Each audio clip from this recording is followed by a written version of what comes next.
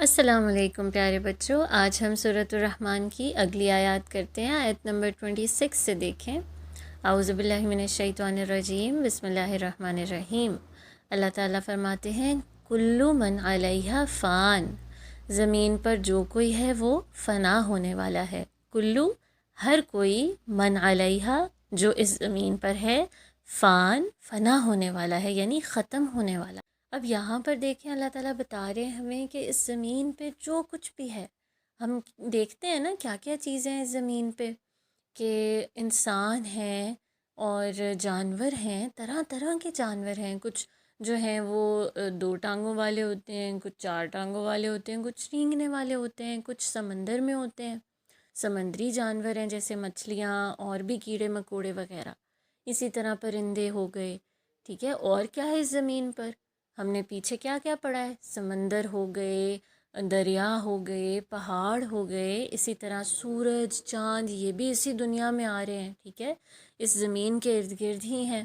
اسی طرح کیا ہے کہ جو اللہ سبحانہ و تعالیٰ کی اور زیادہ جو مخلوق ہیں، جس طرح کے جن ہو گئے، اور جو کچھ بھی جو عمارتیں بندوں نے کھڑی کی ہیں، لیکن کس کے حکم سے، اللہ تعالیٰ کے حکم سے۔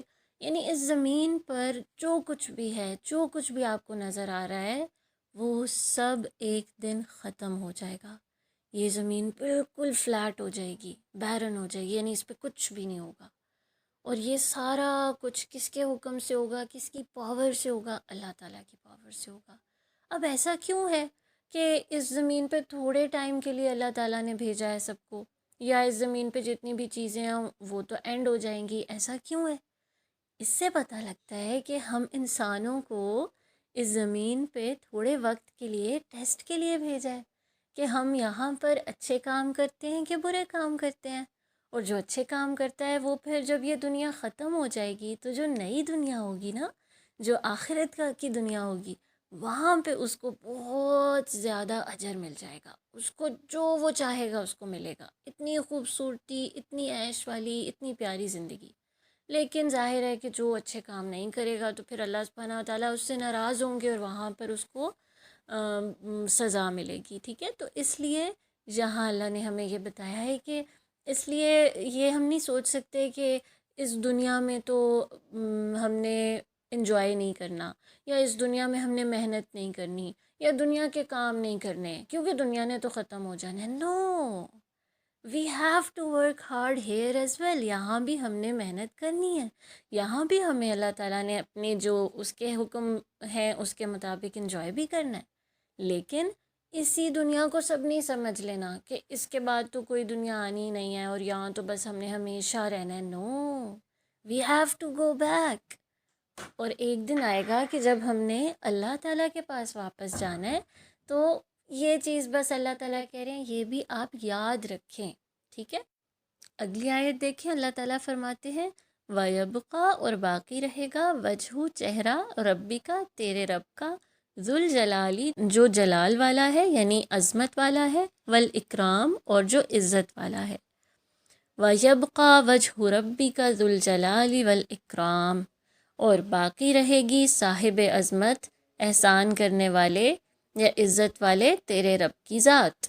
یعنی یہاں پر چہرے کو ذات بھی کہا جا رہا ہے، کیونکہ چہرہ تو اللہ تعالیٰ نے اشارہ کرنے کے لیے، اپنی طرف اشارہ کرنے کے لیے بتایا ہے، کہ یہ نہیں ہے کہ صرف چہرہ باقی رہے گا، اللہ سبحانہ و تعالیٰ ہیں جو باقی رہیں گے۔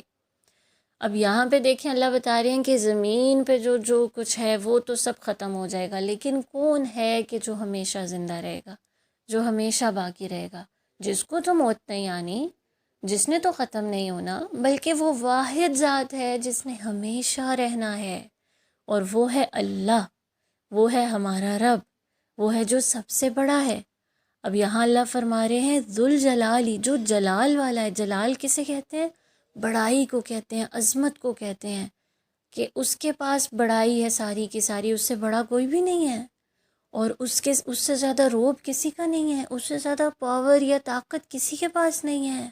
والاکرام، اور وہ عزت والا ہے، اکرام والا ہے، یعنی اسی کی ہے ساری کی ساری عزت، سب اس کی رسپیکٹ کرتے ہیں، ایون فرشتے جو ہیں وہ بھی اس کی عبادت کرتے ہیں، اور دنیا میں بھی جتنی بھی چیزیں ہیں وہ بھی اسی کی تسبیح کر رہی ہیں، انسان کو بھی یہی کہا گیا ہے، ٹھیک ہے۔ تو اللہ تعالیٰ بتا رہے ہیں کہ اللہ ہے جو ہمیشہ رہے گا، اس وجہ سے تم لوگ کوشش کرو کہ تم اس کو راضی کر لو، دنیا میں بھی محنت کرو، لیکن ساتھ ہی ساتھ کوشش یہ ہونی چاہیے کہ جو ہمیشہ باقی رہے گا اس کی رضا حاصل کرنی ہے، یعنی کہ اس کو خوش کرنا ہے، کیونکہ اگر وہ خوش ہو گیا تو پھر کیا ہے کہ پھر آپ کی دنیا بھی بن جائے گی اور آخرت میں بھی آپ کے مزے ہی مزے۔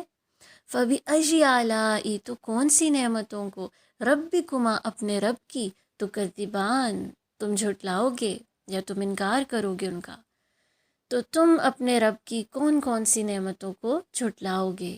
یعنی یہ بھی اللہ تعالیٰ بتا رہے ہیں کہ ایک بہت بڑی نعمت ہے کہ تمہیں اپنے رب کی پہچان کروا دی، تمہیں بتا دیا ہے کہ تمہارا رب کون ہے، وہ اللہ کون ہے، کیونکہ وہ بتانے کے فوراً بعد ہی اللہ تعالیٰ نے نعمتوں کا ذکر کر دیا نا، یعنی یہ ایک بہت بڑی نعمت ہے کہ ہمیں اللہ سبحانہ و تعالیٰ کا پتہ چل رہا ہے، اور اس نے جو جو کچھ ہمیں دیا ہے اس زمین پہ اس کی ہم نے قدر کرنی ہے، اس کو ہم نے استعمال کرنا ہے تاکہ ہم اللہ تعالیٰ کے پیارے بندوں میں شامل ہو سکیں۔